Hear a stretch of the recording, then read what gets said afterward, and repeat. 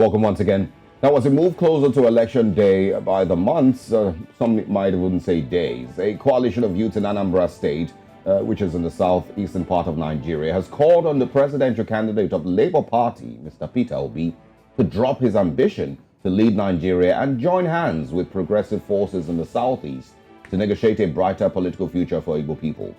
The group, which is known as the Coalition of Anambra Youth Leaders, believes that Obi's insistence on contesting the presidency would rub off negatively on Ndigbo and brighten the chances of the All Progressive Congress to retain power at the center. Addressing journalists at Anambra State Capital, national leader of the coalition, Dr. Chinedu Ekwealor, said Ndigbo stand a better chance of returning to power at the center through the People's Democratic Party, PDP. Joining us now is political analyst Nnaemeka Obriareri to discuss this interesting situation. Good morning and thank you for joining us. The Anambra coalition group, represented by the national leader, Dr. Chinedu Ekwealor, are asking Labour Party presidential candidate Peter Obi to step down and support the PDP, as the Igbo people have a better chance of getting to power through the center under the umbrella of the PDP. What do you make of these claims, or rather this suggestion?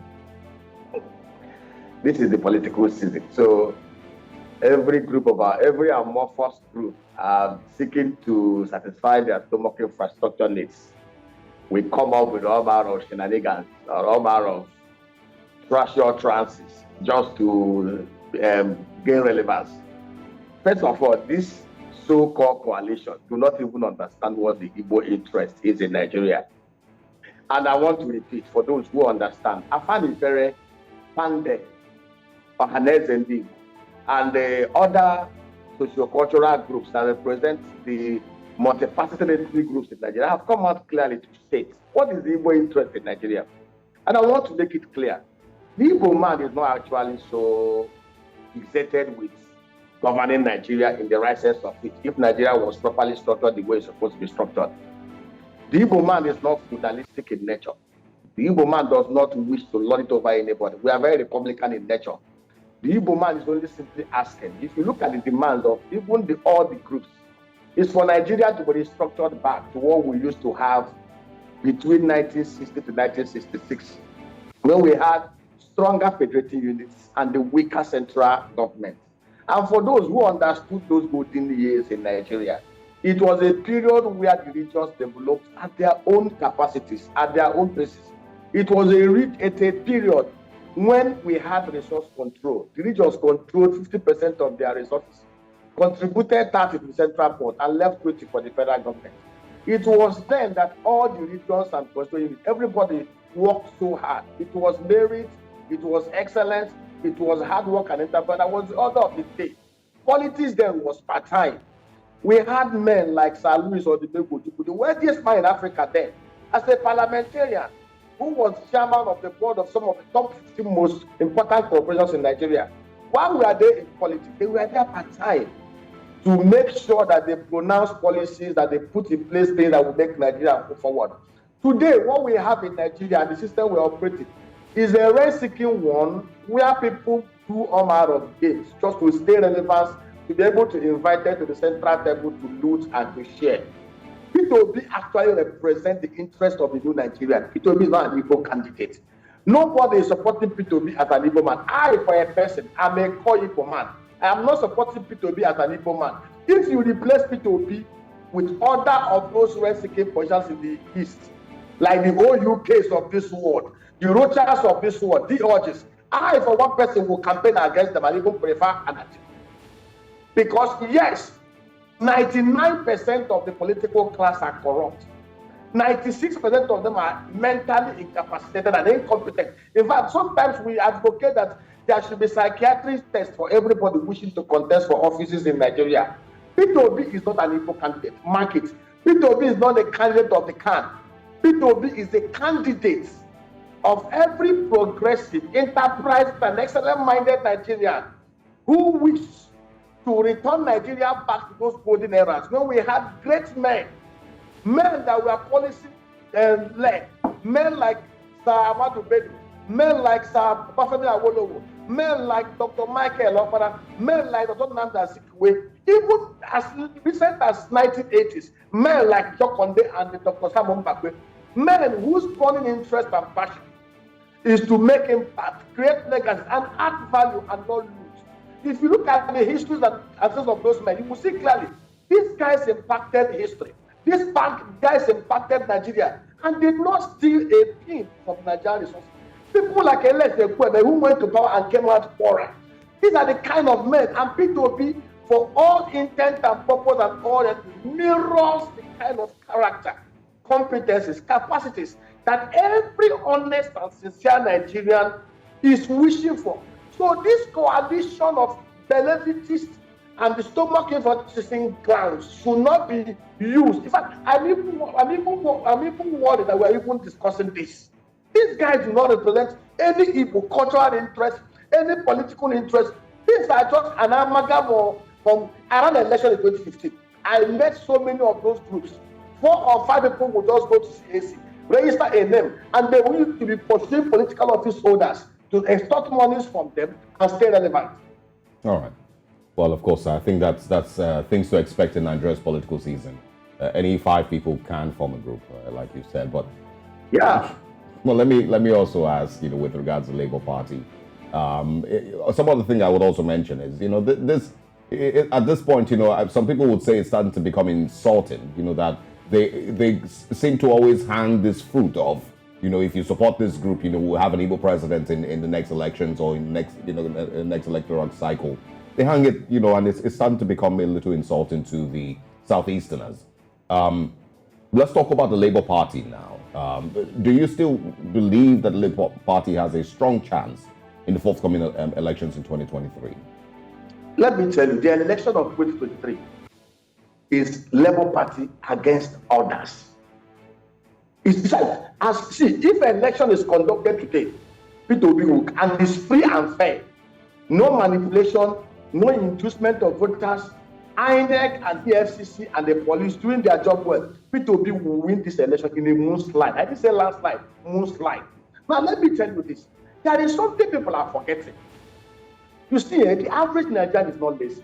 Point 1. The average Nigerian is not corrupt in the sense of it. The average Nigerian is very enterprising.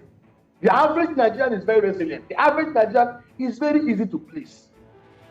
But what has happened and transpired over the last 20 years is that we have had a group of people I classify as elitist political bandits who have structurally and scientifically evolved over time, creating a citizen that is so impoverished and dehumanized in such a way that they've deprived them education, deprived them basic amenities and infrastructure, deprived them even the basic physiological needs and capacities to meet those needs. That is why today we have 133 million multidimensional poor Nigerians.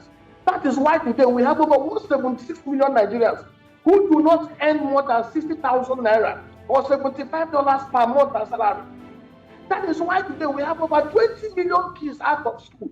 2 million of them are in Lagos that is supposed to be center of excellence. That is why we have 2.5 million Nigerians in IPP camps.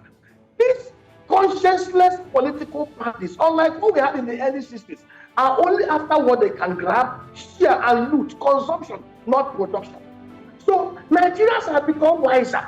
If you look at what is happening today, in fact, what's actually driving the P2P movement, it's not Labour Party. Labour Party is not only a vehicle. I can tell you of a truth that the officers of Labour Party may not be different from those of APC, APGA, or any other party. P2P is only using Labour Party like any other party as a vehicle, since there is no provision in the Constitution to allow independent candidacy. And Nigerians, especially the Gen Z, Gen Y, and Gen X, who are below 45, have seen clearly that the only way they can secure their future and not move Nigeria into Yemen and Afghanistan states is for them to support a man that will give them the hope to reset a new Nigeria that can compete with the best among the top 10 in the whole world. So P2P is not riding on the waves of the planet. Labour Party is riding on the waves of the very mass angry, frustrated, and dehumanized Nigerians who are willing, who are ready, and who are able to use their votes to take back their country. P2P represents just the face of the new Nigeria that I am part of. Because the truth remains, and I say to anybody who cares to listen, if you are to look at the zero top 0.001% of Nigerians who can survive under any government. I can classify myself with all humility as part of that 0.01. But the question you ask yourself, is it all about you? Are you here on earth to just grab and loot and share? Or are you here on earth to make impact, to add value? Wealth without enterprise sickens the whole society and destroys the majority of us. Wealth with enterprise adds value. And what is wealth with enterprise? Wealth with enterprise simply means bringing creative solutions to the problems of the earth. So as while creating those solutions, you sell value and you make money. And that is wealth with enterprise. And that is what P2B is selling. I am even shocked that at this time, people are even still debating. P2B is the only option. There are no other options out there. What we should even be doing now for those who are sincere is to be preparing to swear in P2B on May 29th as the next executive head of Nigeria and trust God to work with them, because all of us must participate in rebuilding this nation. I see Nigeria as a top 10 economy in the next 10 years. If we vote right and vote P2B, and I made that in 2023.